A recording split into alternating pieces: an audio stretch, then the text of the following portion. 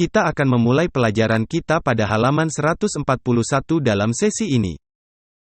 Sayangnya kita tidak akan dapat membahas semuanya dalam catatan pelajaran. Kita akan melewatkan beberapa hal dalam beberapa halaman berikutnya. Dan saya akan memberitahu Anda mana yang akan kita lewati. Tetapi kita ingin membahas apa yang kita temukan di halaman 141 sampai 144. Jadi pertama-tama kita akan melihat ringkasan dari ketiga celaka. Anda tahu bahwa ada 3 celaka yang disebut dalam sangkakala. Celaka pertama adalah sangkakala kelima. Saya rangkum. Celaka kedua adalah sangkakala ke-6. Dan celaka ketiga adalah sangkakala ke-7. Oke. Sangat sederhana. Sangkakala kelima, celaka pertama, sangkakala ke-6, celaka kedua, sangkakala ke-7, celaka ketiga. Anda berkata, bagaimana kita bisa tahu itu? Baiklah, mari kita lihat. Wahyu 9 ayat 1-11. Kita sedang mempelajari di mana dijelaskan ringkasan dari 3 celaka. Wahyu pasal 9 dan ayat 1-11 menjelaskan tentang sangkakala yang kelima. Dan kemudian ketika Anda sampai di ayat 12. Setelah sangkakala yang kelima, dikatakan bahwa celaka pertama sudah apa? Sudah lewat. Jadi apakah celaka yang pertama? Halo. Sangkakala yang kelima. Tetapi kemudian dikatakan, lihatlah, masih ada 2 celaka lagi yang akan datang sesudah semuanya itu. Jadi, setelah sangkakala kelima, yaitu celaka pertama, akan ada 2 celaka lagi. Dan kemudian saya ingin Anda memperhatikan apa yang kita ikuti di sini, Wahyu 11 ayat 2-12. Adalah perluasan lebih lanjut dari sangkakala yang kelima. Anda perlu memperhatikan dengan seksama di sini. Karena ada selingan setelah sangkakala kelima.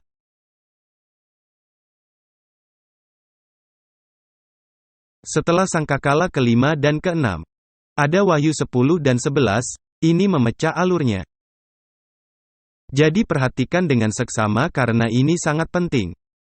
Wahyu 11 ayat 2-12 adalah pengembangan lebih lanjut dari sangkakala kelima dan celaka yang pertama.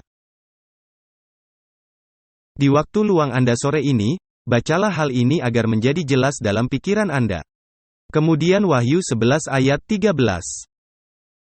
Diakhiri dengan mengatakan, pada saat itu terjadilah gempa bumi yang dahsyat. Dan 1/10 bagian dari kota itu rubuh, ini menggambarkan revolusi Perancis. Dan 7.000 orang mati oleh gempa bumi itu, dan sisanya. Dan orang-orang lain, kata lain sekali lagi adalah, remnant, sisa. Ini adalah kata loipos. Dan orang-orang lain sangat ketakutan, bukan terjemahan yang baik, terjemahan yang lebih baik adalah takut. Dengan cara yang sama seperti pekabaran malaikat yang pertama. Takutlah akan Allah. Baik. Jadi, dalam ayat ini Anda memiliki musuh. Dan Anda juga memiliki apa? Umat sisa yang takut, dan apa yang mereka lakukan? Mereka memuliakan Allah yang di surga. Apa yang sedang diperkenalkan ini? Pekabaran malaikat yang pertama. Jadi, kamu melihat 2 kelompok di sana, yaitu musuh-musuh. Dan mereka yang takut akan Allah dan memuliakan Dia, yang adalah umat sisa. Memahami saya? Baik, sekarang. Wahyu 9 ayat 13-21. Yang merupakan sangkakala ke-6. Juga merupakan celaka yang kedua. Oke. Jadi Wahyu 9 ayat 13-21 adalah sangkakala ke-6 dan celaka yang kedua. Wahyu 10 ayat 1 sampai Wahyu 11 ayat 1 adalah pengembangan lebih lanjut dari sangkakala ke-6.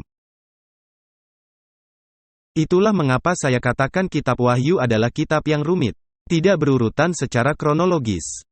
Salah satu bagian tersulit dalam mempelajari kitab Wahyu adalah menguraikan bagaimana kitab ini disusun.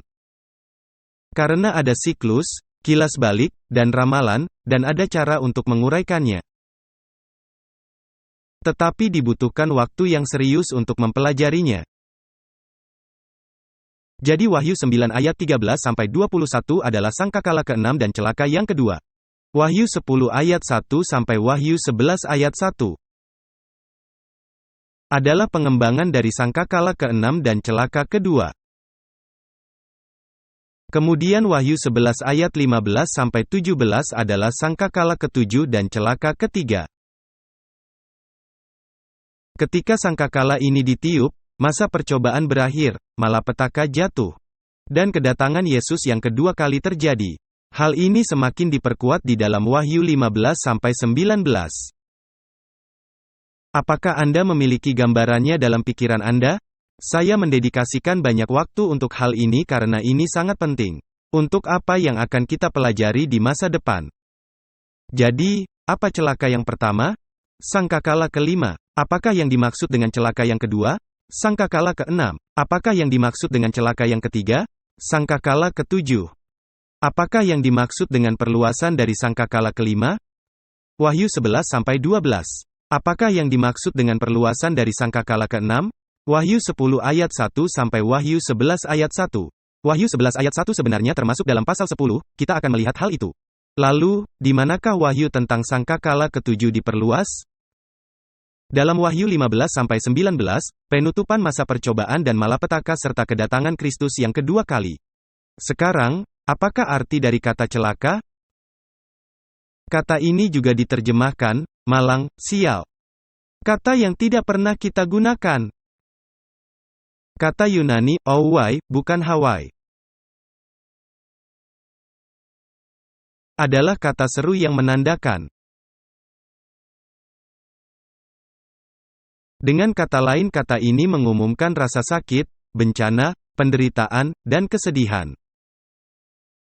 Bahkan Septuaginta, terjemahan bahasa Yunani dari Perjanjian Lama, ke dalam terjemahan baru, menggunakan kata tersebut untuk menggambarkan pembalasan yang akan menimpa mereka yang tidak setia kepada perjanjian. Jadi mari kita lihat beberapa penggunaan kata ini dalam Septuaginta. Dalam terjemahan bahasa Yunani dari Perjanjian Lama, Yesaya 3 ayat 11 adalah sebuah nubuat tentang Yerusalem, ini adalah celaka bagi Yerusalem. Hal yang sama juga berlaku untuk Yeremia 4 ayat 13, Yeremia 10 ayat 19. Semuanya adalah celaka bagi Yerusalem. Ini adalah kata yang sama dengan owai, yang ditemukan dalam Perjanjian Baru, dalam Perjanjian Lama bahasa Yunani. Dalam Yeremia 50 ayat 27, ada celaka atau nubuatan terhadap Babel. Yehezkiel 2 ayat 10, ada celaka atau sebuah nubuatan terhadap Yerusalem. Dalam Nahum 3 ayat 1-4, ada celaka atas Niniwe. Dan dalam Zefanya 3 ayat 1-4, ada celaka atas Yerusalem. Dan kemudian Anda menemukan deskripsi tentang kehancuran dan kekacauan yang terjadi sebagai akibatnya. Akhirnya, Zaharia 11 ayat 7 dari LXX atau Septuaginta adalah sebuah nubuatan yang ditujukan untuk menentang atau mengecam para gembala palsu. Bagaimana kata bagaimana digunakan dalam Perjanjian Baru, kata mengapa. Kata ini digunakan dalam Matius 18 ayat 7, celakalah orang yang menyesatkan anak. Itu seperti mengikatkan batu kilangan di leher Anda dan dilemparkan ke laut. Dalam Matius 23, ada celaka bagi ahli-ahli Taurat dan orang-orang Farisi. Celakalah kamu ahli-ahli Taurat dan orang-orang Farisi. Dan ia berkata, siapakah yang akan membebaskan kamu dari neraka? Jadi celaka adalah sesuatu yang sangat serius yang akan datang. Matius 24 ayat 19 mengatakan, celakalah mereka yang hidup pada masa kesukaran terakhir. Matius 26 ayat 24, celakalah orang yang mengkhianati anak manusia. Wahyu 12 ayat 12, celakalah mereka yang ada di bumi, naga itu telah turun dengan murka yang besar. Karena ia tahu bahwa waktunya tinggal sedikit. Dan tentu saja Wahyu 18 ayat 10 dan ayat 16-19. Ada celaka terhadap Babel. Kata celaka digunakan dalam Wahyu 18, celaka, celaka, celaka. Dan Anda dapat membacanya di sana, pada dasarnya ini adalah keruntuhan ekonomi dunia. Jadi pada dasarnya tiga sangkakala terakhir adalah tiga celaka yang berarti bencana besar yang akan terjadi. Sekarang mari kita lihat lokasi tekstual dari tiga malapetaka. Dan kita akan melihat ini dengan saksama. Mari kita baca Wahyu 8 ayat 12 dan 13. Lalu malaikat yang keempat meniup sangkakalanya, ini adalah sangkakala yang keempat. Dan terpukullah sepertiga dari matahari dan sepertiga dari bulan dan sepertiga dari bintang-bintang. Sehingga sepertiga daripadanya menjadi gelap. Dan sepertiga dari siang hari tidak terang dan demikian juga malam hari. Jadi sangkakala yang manakah ini? Ini adalah sangkakala keempat, yang telah kita pelajari kemarin. Apa yang digambarkan oleh sangkakala ini? Periode sejarah apa? Periode kekuasaan Kepausan Katolik Roma ketika kepausan itu menutupi Kristus, menutupi kitab suci, dan menganiaya bintang-bintang agar tidak bersinar, dengan kata lain, manusia. Dan kemudian segera setelah sangkakala keempat ditiup. Dikatakan dalam ayat 13, lalu aku melihat, aku mendengar seekor burung nasar terbang di tengah langit dan berkata dengan suara nyaring, celaka, celaka, celakalah, berapa kali? 3. Mereka yang diam di atas bumi oleh karena bunyi sangkakala ketiga malaikat lain. Yang masih akan meniup sangkakalanya. Apakah ketiga celaka itu? Sangkakala 5, 6, dan 7, bukan. Seorang siswa sekolah dasar bisa mengerti itu. Sekarang Wahyu 9, kita baru saja membaca ayat 12 yaitu sangkakala yang keempat. Wahyu 8 ayat 13 memperkenalkan 3 celaka. Yang merupakan 3 sangkakala berikutnya. Kemudian Wahyu 9 ayat 1-11 berisi celaka pertama dan sangkakala kelima. Anda berkata, bagaimana kita tahu itu? Karena Alkitab mengatakan demikian. Perhatikan Wahyu pasal 9 dan ayat 12, setelah sangkakala ke-6. Celaka yang pertama sudah lewat. Sangkakala kelima baru saja dibunyikan. Celaka yang pertama sudah lewat. Sekarang akan menyusul 2 celaka lagi. Jadi, apakah 2 hal yang masih belum terjadi? 6 dan 7. Sekarang Wahyu 9 ayat 13-21, ada sangkakala yang ke-6. Sekarang jangan lewatkan bagian ini adalah bagian yang sangat penting. Wahyu 9 ayat 13-21 menjelaskan tentang sangkakala ke-6, yang adalah celaka keberapa? Celaka yang kedua. Namun inilah yang menarik. Ketika sangkakala ke-6 berakhir, tidak ada satu ayat pun yang mengatakan bahwa malapetaka kedua telah berlalu. Apakah Anda memahami saya atau tidak? Anda harus menunggu sampai setelah pasal 10 dan 11. Untuk melihat celaka yang kedua. Apakah maksudnya? Artinya Wahyu 10 dan 11 adalah bagian dari apa? Sangkakala ke-6. Keduanya adalah selingan dalam sangkakala ke-6. Apakah Anda memahami apa yang saya katakan? Dan kita akan menemukan dalam pelajaran ini bahwa ada 2 pandangan dalam Wahyu 10 dan 11. Dalam Wahyu pasal 10, Anda melihat sisi umat sisa. Dalam Wahyu 11, Anda melihat sisi musuh-musuh umat sisa. Tetapi kita akan membahasnya sebentar lagi. Jadi mari kita buka bagian bawah halaman 142. Wahyu 9 ayat 13-21 adalah penjelasan tentang sangkakala ke-6. Ketika sangkakala ini berakhir di ayat 21, tidak ada referensi tentang datangnya malapetaka yang kedua. Hal ini tampaknya mengindikasikan bahwa pasal 10 dan 11 akan apa? Berbicara lebih banyak tentang periode sangkakala ke-6. Jadi, mari kita lanjutkan ke halaman berikutnya. Wahyu 10 ayat 1. Sampai Wahyu 11 ayat 13 yang merupakan selingan. Semakin memperkuat aspek-aspek tertentu dari sangkakala keempat, kelima, dan keenam. Jadi, selingan ini akan menambahkan rincian tentang sangkakala 4, 5, dan 6. Dan sekarang perhatikan poin-poin di bawah ini karena ini adalah penguatan dari isi Wahyu 10 ayat 1 sampai Wahyu 11 ayat 13. Dalam Wahyu 11 ayat 2 sampai 6. Membawa kita kembali ke 1260 tahun. Apakah Anda memahami saya? Pelan-pelan saja, karena strukturnya sangat penting. Ini menggambarkan dua saksi yang bernubuat sambil berkabung selama 1260 tahun.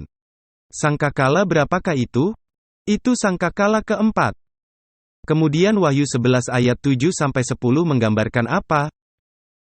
Revolusi Prancis. Sangkakala berapakah itu? Itu pasti sangkakala yang kelima. Benar. Dan kita akan membuktikannya dari Alkitab. Ketika kedua saksi terbunuh. Ini terjadi pada tahun 1793 sampai 1797. Dan sangkakala kelima adalah apa yang pertama? Celaka yang pertama. Kemudian dalam Wahyu 11 ayat 11 dan 12, menjelaskan tentang kebangkitan kedua saksi. Siapakah kedua saksi itu?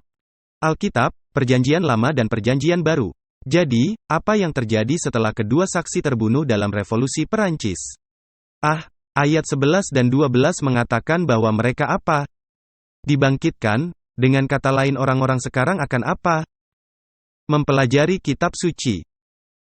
Ngomong-ngomong, karena kitab kecil Wahyu 10 telah dibuka, maka kitab yang dimeteraikan pada akhir zaman sekarang telah terbuka. Jadi Wahyu 11 ayat 11 dan 12 menggambarkan kebangkitan kedua saksi setelah Revolusi Perancis. Mereka tidak lagi bersaksi dengan bagaimana? Dengan kain kabung, melainkan menikmati kuasa dan keagungan yang besar.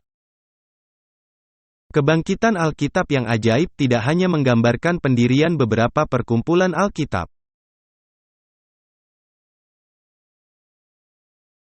Setelah Revolusi Perancis, tetapi juga menggambarkan kebangkitan besar pada masa kedatangan Kristus, dan studi yang diperbaharui tentang nubuatan Alkitab. Karena kitab kecil Daniel dibuka pada akhir zaman. Kapankah masa akhir zaman dimulai? Tahun 1798, ketika Revolusi Perancis berakhir. Apakah Anda melihat pentingnya mempelajari struktur? Bukan hanya simbol, tapi juga struktur. Kemudian Wahyu 11 ayat 13 memperkenalkan dua kelompok yang akan ada di akhir zaman. Salah satu dari dua kelompok itu, kelompok pertama adalah siapa? Musuh-musuh dari dua saksi. Musuh-musuh itu ada berapa banyak? Di ayat-ayat sebelumnya, berapa banyak jumlah musuh-musuh itu? 2. Konteks sebelumnya mengidentifikasi musuh pertama sebagai apa? Bangsa-bangsa bukan Yahudi. Sekarang Anda berkata, apa artinya bangsa-bangsa bukan Yahudi? Maksudnya adalah Kepausan Katolik Roma. Kita akan melihat itu. Apakah orang-orang bukan Yahudi yang menginjak-injak kota suci dan menganiaya orang-orang kudus selama 1260 tahun? Tentu saja. Tetapi mereka adalah orang-orang yang mengaku sebagai orang Kristen tetapi sebenarnya bukan orang Kristen. Dan musuh kedua dalam konteks sebelumnya adalah apa? Binatang dari jurang maut. Dengan kata lain Revolusi Perancis yang berperang melawan Alkitab. Jadi, Anda memiliki dua musuh yang menentang Alkitab, siapakah mereka? Kepausan dan semangat Revolusi Perancis. Nah, inilah hal yang menarik, Wahyu menggunakan kata musuh hanya 2 kali. Dan dalam kedua referensi tersebut, kedua referensi itu ada di pasal 11. Ayat 5 dan ayat 12. Dalam contoh pertama, musuh-musuh mengaburkan dua saksi dengan melarang Alkitab. Selama 1260 tahun. Dalam contoh kedua, apa yang dilakukan oleh para musuh? Mereka membunuh kedua saksi. Jadi musuh pertama mengaburkan dua saksi. Musuh kedua membunuh dua saksi. Dalam Revolusi Perancis. Apakah Anda memahami saya sejauh ini? Ya atau tidak? Bagus. Tetapi ada kelompok kedua yang disebutkan dalam Wahyu 11 ayat 13. Kelompok itu adalah Loipos, umat sisa. Saya tidak tahu mengapa ayat ini menerjemahkan sisanya. Itu adalah sisa. Kata Loipos, sisa-sisa benih, kata yang sama yang digunakan dalam Wahyu 12 ayat 17. Jadi, apa yang dilakukan oleh umat sisa? Mereka takut akan Allah dan apa? dan memuliakan Dia. Apakah ini adalah pengantar untuk bagian kitab Wahyu berikutnya, khususnya pekabaran dari 3 malaikat? Tentu saja. Dan kemudian di Wahyu 11 ayat 14, sekarang jangan lewatkan bagian ini, 11 ayat 14, maka celaka kedua akan berakhir. Perhatikan ayat 14. Dikatakan dalam Wahyu 11 ayat 14. Celaka yang kedua sudah lewat. Lihatlah, celaka yang ketiga segera menyusul. Apakah Wahyu 10 dan 11, bagian dari sangkakala ke-6? Apakah itu adalah bagian dari celaka yang kedua? Ya, ini adalah selingan yang menjelaskan peristiwa-peristiwa yang terjadi. Terutama selama sangkakala ke-5 dan ke-6. Saya harap Anda memahami apa yang saya katakan. Sangat penting untuk memahami apa yang sedang kita pelajari. Sekarang halaman berikutnya. Sangkakala ke-6 menampilkan sisi negatif. Ini memperkuat sisi negatif dari sangkakala ke-6 yang merupakan perspektif siapa? Musuh-musuh. Dari peristiwa-peristiwa akhir zaman. Dan Wahyu 10 menyajikan apa? Sisi positif dari peristiwa-peristiwa akhir zaman, yaitu perspektif umat sisa. Saya harap Anda mengikuti ini. Sangkakala ke-6 menunjukkan sisi negatif dari musuh. Wahyu 10 menyajikan sisi positif, perspektif umat sisa. Dengan cara lain, sangkakala ke-6 menggambarkan sikap musuh-musuh kedua saksi di akhir zaman. Sementara Wahyu 10 menggambarkan sikap dari umat sisa yang setia selama periode yang sama. Musuh-musuh menentang kitab suci. Sedangkan umat sisa takut akan Allah dan memuliakan Dia. Akhirnya, sangkakala yang ke-6 membawa kita dari tahun 1844 sampai ke akhir masa percobaan ketika misteri Allah diselesaikan. Ini terjadi ketika sangkakala ke-7 akan dibunyikan. Ketika sangkakala ke-7 berbunyi, Yesus mengambil alih kerajaan-kerajaan dunia dan akan datang. Dan kemudian bunyi sangkakala ke-7 itu apa? Celaka yang ketiga. Anda tidak perlu menjadi ilmuwan roket untuk mengetahui bahwa celaka ketiga adalah sangkakala ke-7, meskipun Alkitab tidak mengatakannya. Tidak ada ayat yang mengatakan bahwa celaka ketiga sudah selesai karena sangkakala ke-7 adalah akhir.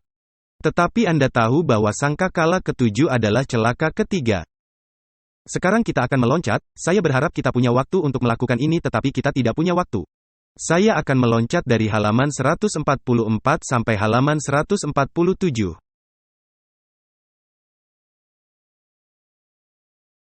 Saya harap Anda mempelajari halaman-halaman itu.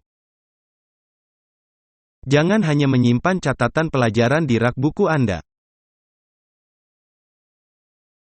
Bacalah apa yang tidak sempat kita bahas. Sekarang saya akan membahas secara singkat halaman 148 sampai 159.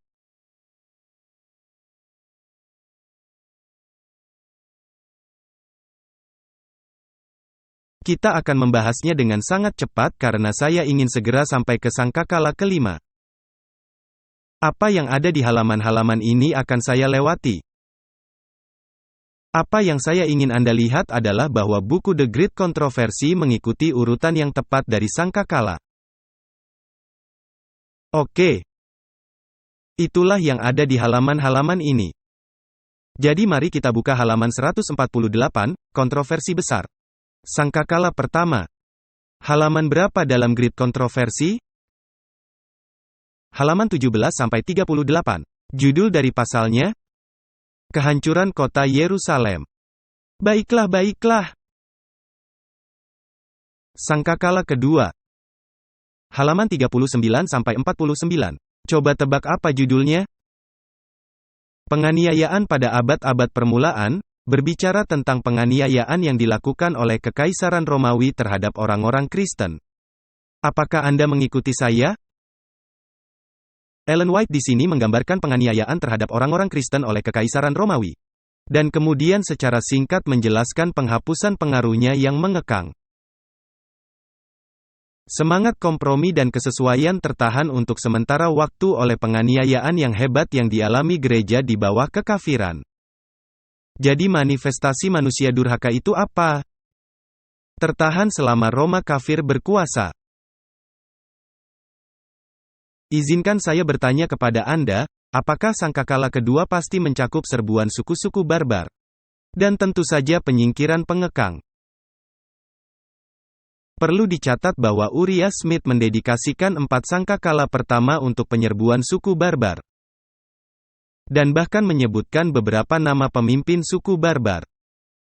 Namun, Ellen White tidak pernah menyebut invasi barbar secara langsung dalam Great Controversy.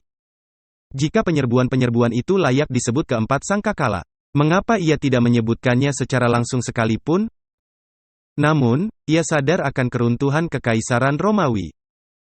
Seperti yang dapat kita lihat dari kutipan di sini, Kekaisaran Romawi yang luas hancur berkeping-keping. Dan dari reruntuhannya, ini adalah sangkakala ketiga dan keempat, bukan? Dari reruntuhannya muncullah kekuatan yang sangat besar, Gereja Katolik Roma. Gereja membanggakan diri, gereja ini membanggakan diri, kemutlakan dan agama turun-temurunnya. Sangkakala ketiga. Ellen White menjelaskan dalam buku Great Controversy halaman 49 sampai dengan halaman 60. Apakah judulnya? Zaman Kegelapan Rohani. Menarik. Kita tidak bisa membahas semua materi ini. Kemudian dia menjelaskan sangkakala keempat. Di tengah halaman, ini adalah bagian tengah dari halaman 149. Sangkakala keempat dalam buku Great Controversy, halaman 55-264. Anda harus pergi ke buku Great Controversy dan melihat apakah yang saya katakan ini benar. Karena saya tidak bisa membahas semua ini, kita tidak punya waktu, ini membuat frustrasi. Mungkin kita perlu memiliki 2 minggu seminar.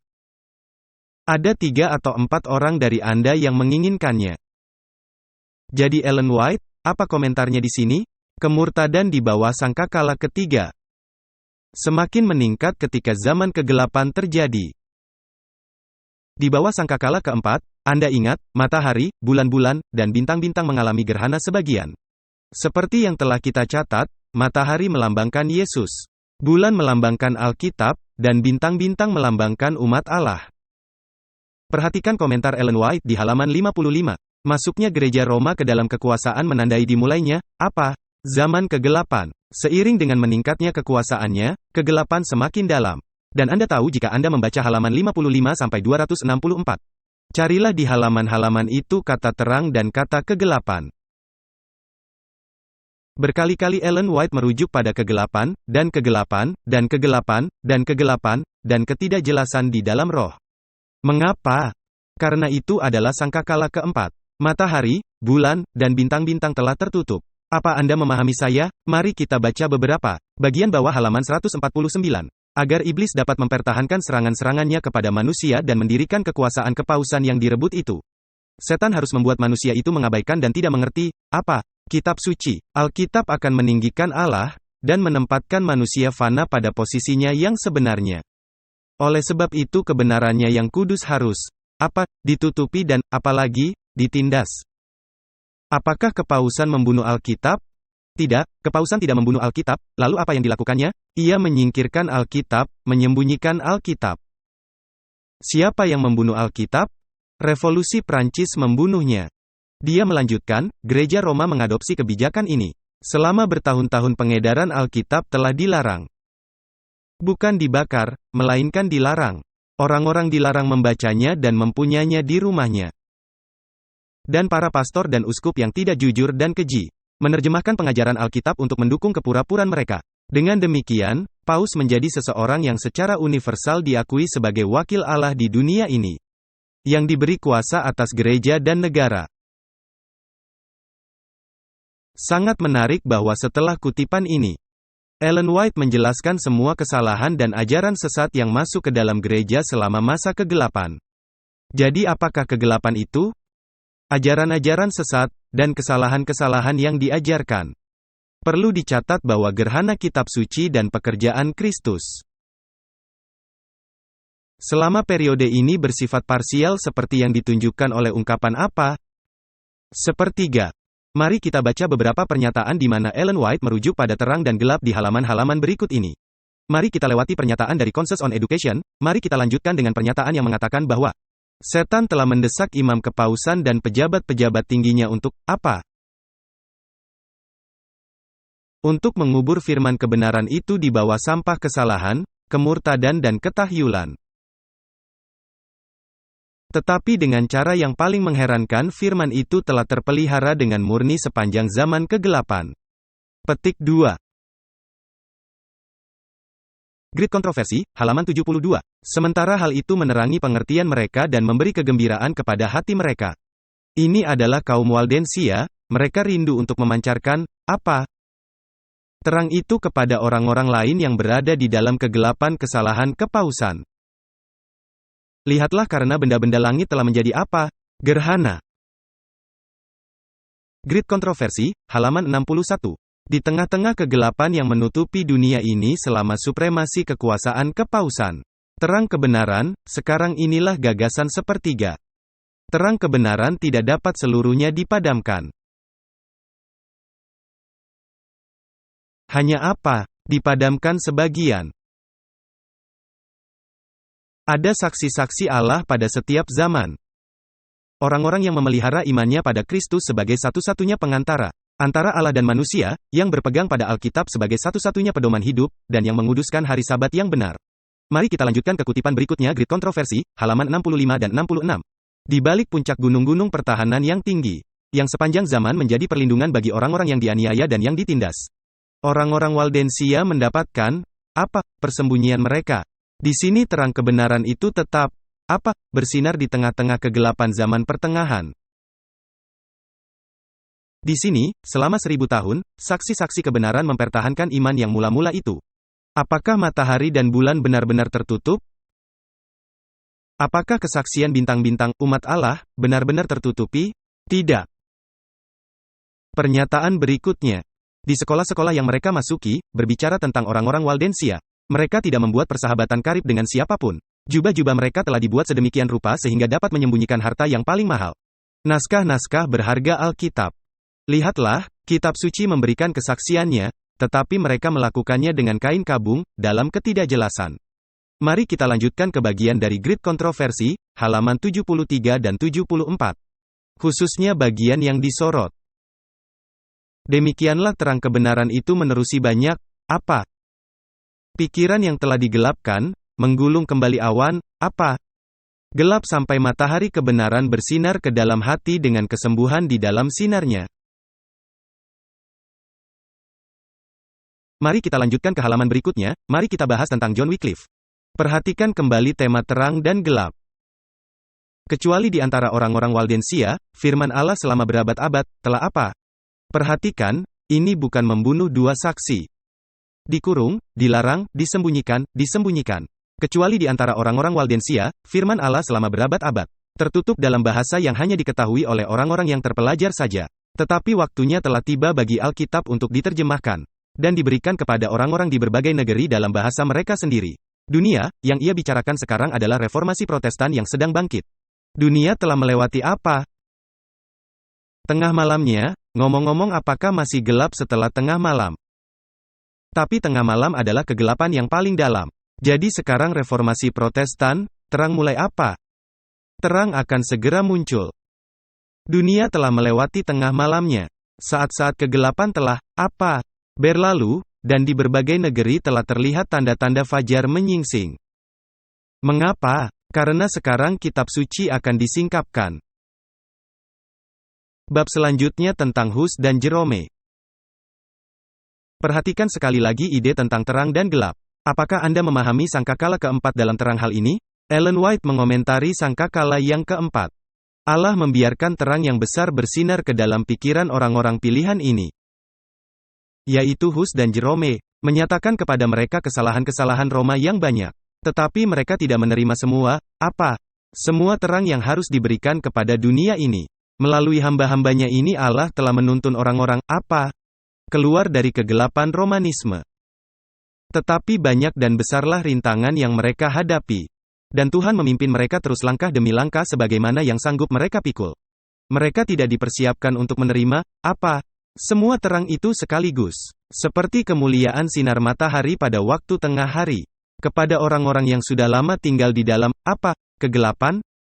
Jika diberikan dengan serta-merta, akan menyebabkan mereka meninggalkan kebenaran itu. Kemudian Ellen White berbicara tentang Martin Luther, ini semua adalah halaman-halaman dari buku Great Controversy.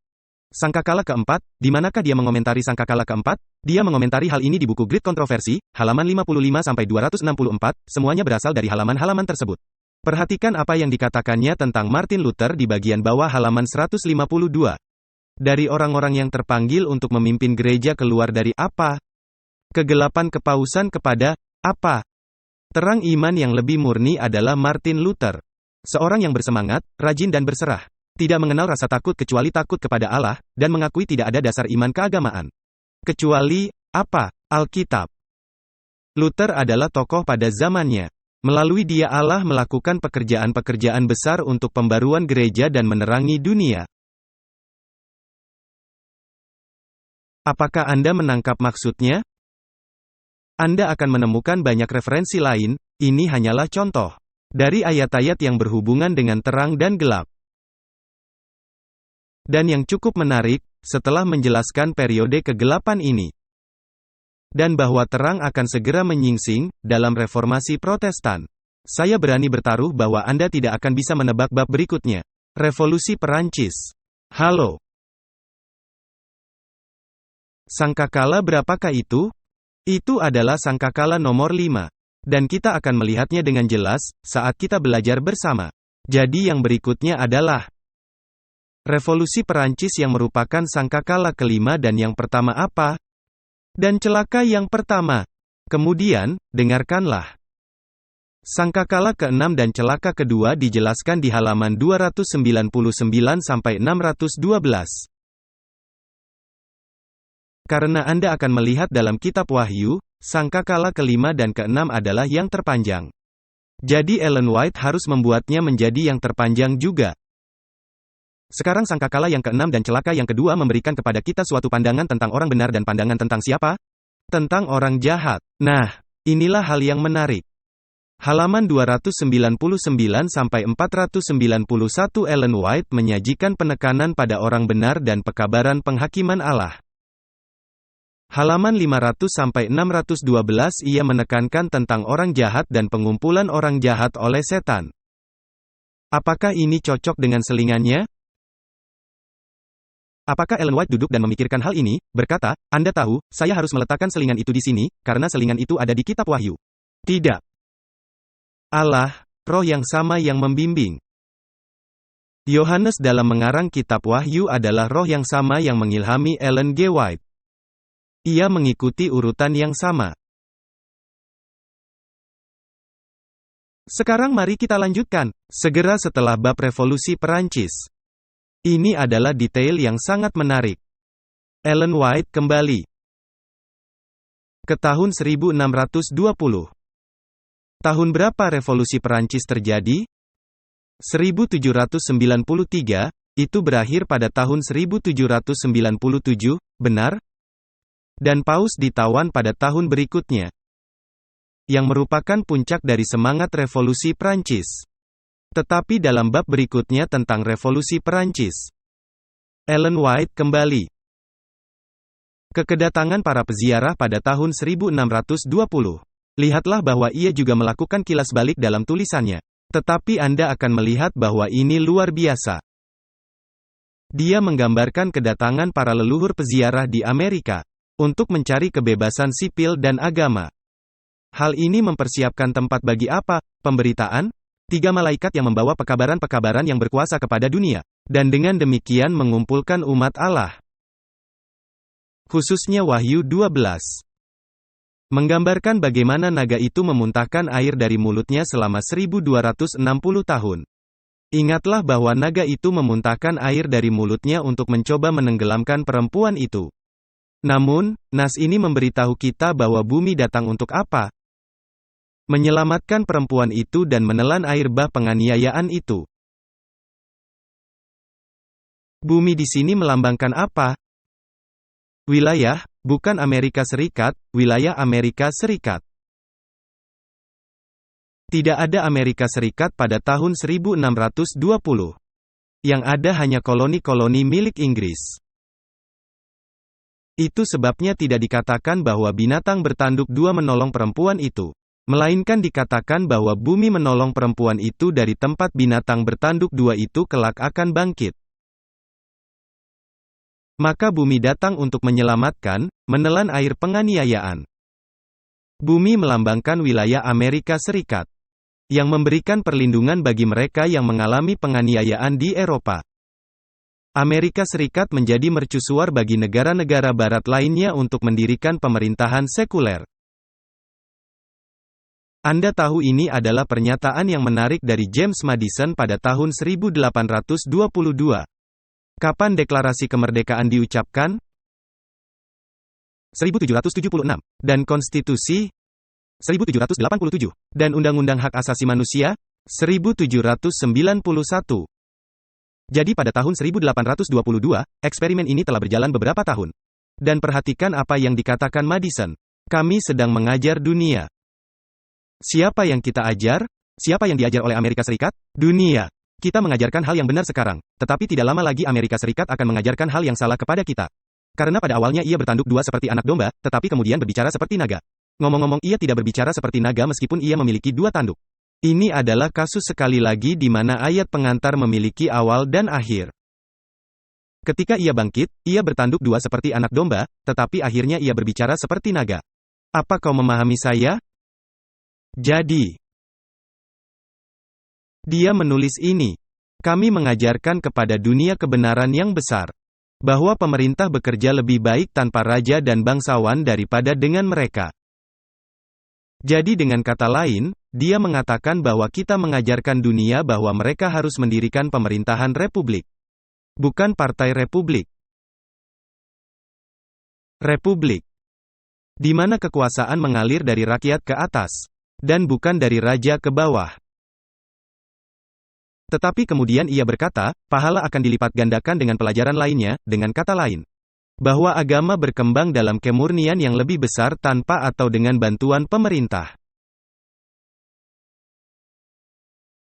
Ini adalah republikanisme dan protestanisme. Pemisahan gereja dan negara. Kebebasan sipil dan agama. Halaman berikutnya. Sungguh luar biasa. Ini adalah indikasi lain bahwa Ellen White tepat sasaran, roh yang sama mengilhaminya seperti kitab Wahyu. Sungguh luar biasa bahwa Wahyu 12 dan Ellen White menggambarkan tahun 1260. Revolusi Perancis, dan kemudian kembali ke masa lalu untuk menggambarkan kedatangan para peziarah.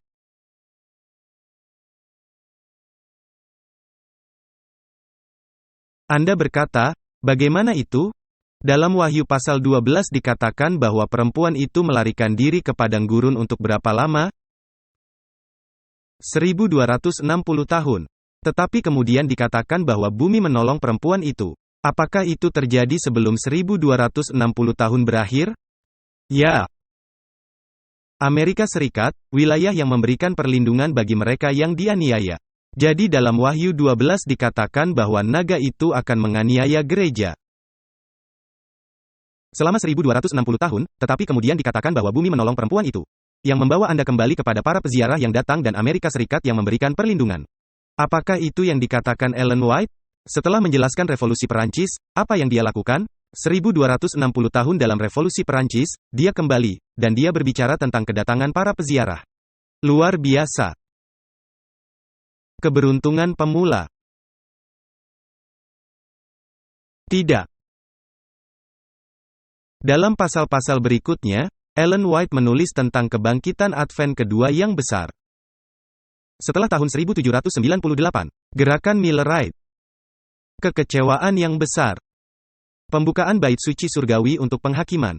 Izinkan saya bertanya kepada Anda, apa yang menjadi pusat perhatian di sini? Musuh atau umat sisa? Umat sisa. Pasal-pasal berikut ini menjelaskan tentang kebangkitan kedua saksi, dan pembukaan kitab kecil Daniel di dalam Wahyu 10. Inilah sisi positif dari sangkakala yang keenam. Allah mengerahkan pasukannya dengan 3 malaikat yang membawa pekabaran untuk mengumpulkan sisa-sisa umatnya di sisinya. Perhatikan judul-judul dari pasal-pasal ini. Pembawa berita pagi. Ini adalah tanda-tanda yang terdapat pada matahari, bulan, dan bintang-bintang sebagai pengumuman akan datangnya berita penghakiman. Pembaharu Amerika, ini adalah bab tentang William Miller. Terang menerobos kegelapan.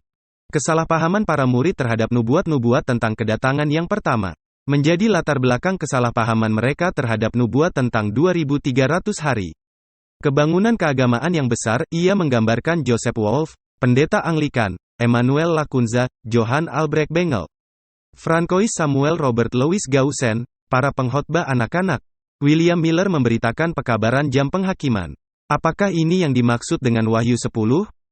Kemudian, bab berikutnya, amaran ditolak. Ini adalah proklamasi oleh kaum Millerite dari pekabaran malaikat kedua bahwa Protestan telah jatuh dan memanggil orang-orang untuk keluar. Nubuatan-nubuatan digenapi. Ini menggambarkan serangkaian nubuat yang menunjuk kepada kebangkitan Advent yang besar. Apakah bait suci itu? Bagian ini memperkenalkan gagasan tentang penghakiman pemeriksaan. Di bilik yang maha kudus, pelayanan Kristus yang maha kudus. Hukum Allah yang tidak dapat diubah.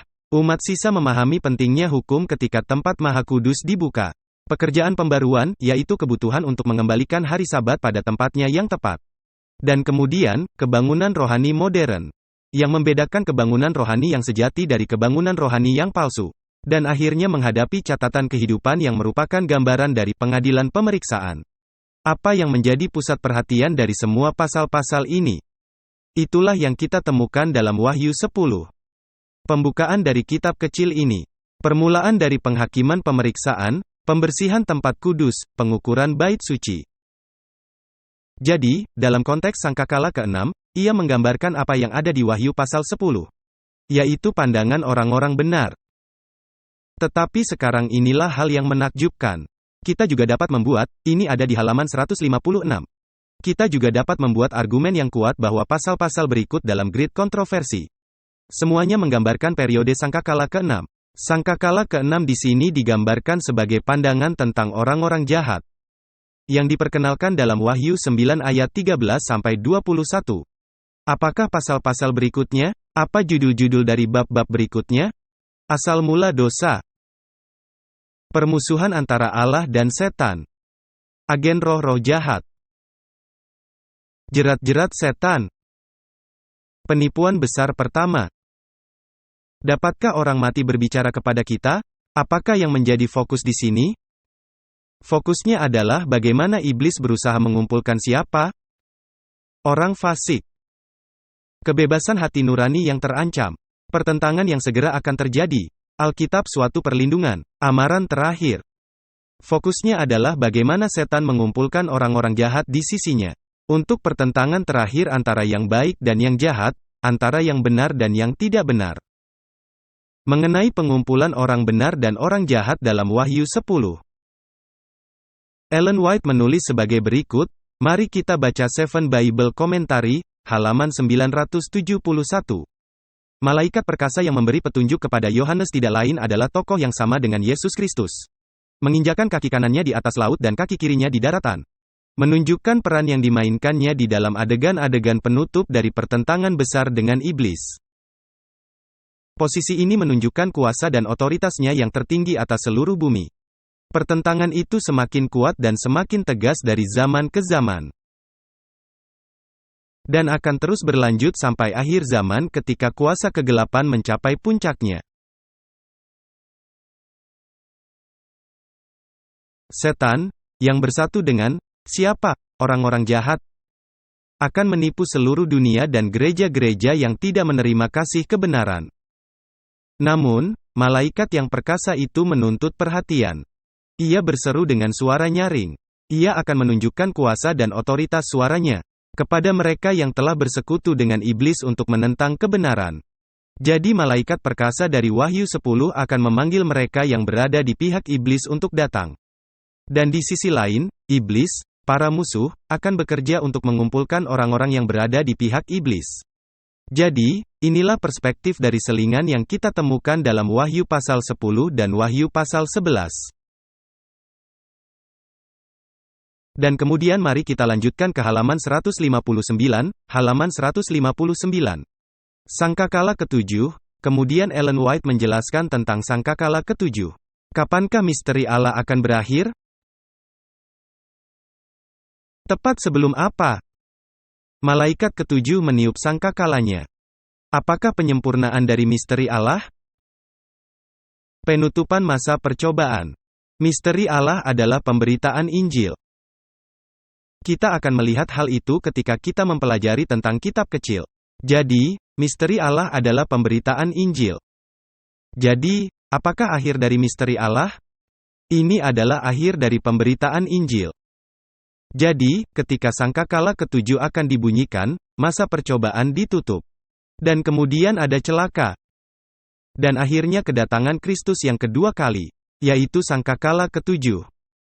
Sekarang, halaman 613, tahukah Anda pasal berapa itu? Itu disebut masa kesusahan. Dan tahukah Anda dengan ayat berapa Ellen White memulai pasal itu? Pada waktu itu Mikhael akan berdiri. Yaitu akhir masa percobaan. Dan akan ada masa kesusahan yang belum pernah terjadi. Lihatlah penyelesaian dari misteri Allah ketika sangkakala ketujuh akan dibunyikan. Dan kemudian Anda lanjutkan ke halaman 661. Dan Anda akan menemukan kedatangan kedua, milenium, pasca milenium, dan langit yang baru dan bumi yang baru. Apa Anda memahami saya? Menakjubkan bagaimana Ellen White mengikuti urutan yang tepat dari ketujuh sangkakala. Dimulai dengan kehancuran Yerusalem, bukan dengan 4 sangkakala yang berlaku untuk invasi barbar. Itu adalah pengalihan perhatian. Yang dilakukannya adalah mengalihkan perhatian dari aliran sejarah. Bagaimana Allah telah membimbing sejarah dengan tangannya. Sekarang kita hanya punya waktu sekitar 5 menit lagi untuk segmen ini, jadi mari kita lanjutkan ke halaman 160. Saya berharap bisa menyelesaikan ini pada sesi berikutnya tapi kita mungkin harus mengambil bagian dari sesi nomor 4 hari ini untuk menyelesaikan ini. Mari kita buka Wahyu pasal 9. Dan mari kita baca ayat kelima. Mungkin kita hanya akan membaca ayat ini sekarang. Dan kemudian kita akan pergi ke halaman 160 di sesi berikutnya. Tetapi saya ingin membaca sangkakala kelima, sehingga kita memiliki rincian yang jelas dalam pikiran kita. Dikatakan dalam ayat 1, lalu malaikat yang kelima meniup sangkakalanya, dan aku melihat sebuah bintang yang jatuh dari langit ke atas bumi. Perhatikan, dia tidak melihat sebuah bintang jatuh dari langit ke bumi. Sebenarnya kita akan melihat bahwa sesungguhnya dikatakan bahwa bintang itu telah jatuh dari langit ke bumi. Bintang itu jatuh sebelum sangkakala yang kelima berbunyi. Tetapi dikatakan, lalu malaikat yang kelima meniup sangkakalanya, dan aku melihat sebuah bintang yang jatuh dari langit ke atas bumi. Dan kepadanya diberikan anak kunci lobang jurang maut. Jadi, apa yang akan dilakukan makhluk ini? Dia akan membuka jurang maut. Dan semua neraka akan terbuka. Ayat 2. Maka dibukanyalah pintu lobang jurang maut itu. Lalu naiklah asap dari lobang itu bagaikan asap tanur besar. Dan matahari dan angkasa menjadi, apa, gelap oleh asap lobang itu. Dan dari asap itu berkeluaranlah belalang-belalang ke atas bumi. Dan kepada mereka diberikan kuasa. Sama seperti kuasa kalajengking di bumi.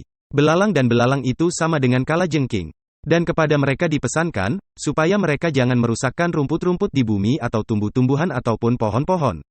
Melainkan hanya manusia yang tidak memakai meterai Allah di dahinya. Dan mereka diperkenankan bukan untuk membunuh manusia. Melainkan hanya untuk menyiksa mereka 5 bulan lamanya. Dan siksaan itu seperti siksaan kalajengking, apabila ia menyengat manusia. Ayat 6. Dan pada masa itu orang-orang akan mencari maut, tetapi mereka tidak akan menemukannya. Dan mereka akan ingin mati, tetapi maut lari dari mereka. Jadi, ini adalah masa yang penuh dengan kegelisahan, bukan? Kegelisahan yang luar biasa. Ayat 7. Dan rupa belalang-belalang itu sama seperti kuda yang disiapkan untuk peperangan. Dan di atas kepala mereka ada sesuatu yang menyerupai mahkota emas. Dan muka mereka sama seperti muka manusia. Dan rambut mereka sama seperti rambut perempuan dan gigi mereka sama seperti gigi singa. Dan dada mereka sama seperti baju zirah. Dan ngomong-ngomong mereka datang dari neraka karena terus dikatakan. Dan bunyi sayap mereka bagaikan bunyi kereta-kereta yang ditarik banyak kuda, yang sedang lari ke medan peperangan. Dan ekor mereka sama seperti kalajengking. Dan ada sengatnya. Dan di dalam ekor mereka itu terdapat kuasa mereka untuk menyakiti manusia, 5 bulan lamanya. Dan raja yang memerintah mereka ialah malaikat jurang maut. Jadi mereka memiliki seorang jenderal, bukan? Dan siapakah jenderal itu? Malaikat jurang maut, namanya dalam bahasa Ibrani ialah Abaddon.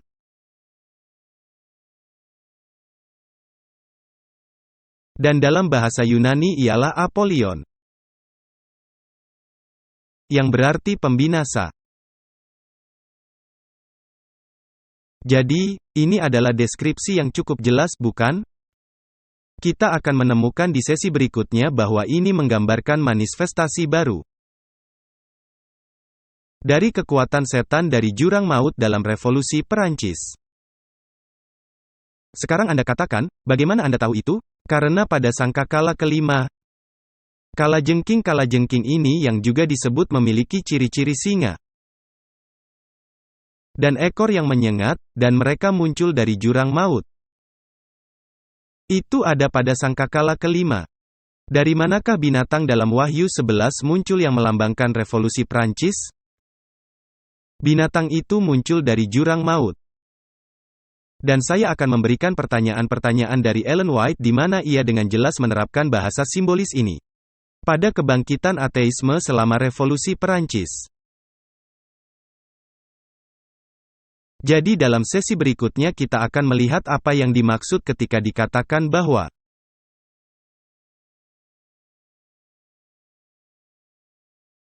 malaikat jurang maut tidak terikat, dan ini memunculkan semua kuasa-kuasa iblis. Peristiwa spesifik apa dalam sejarah manusia yang dirujuknya?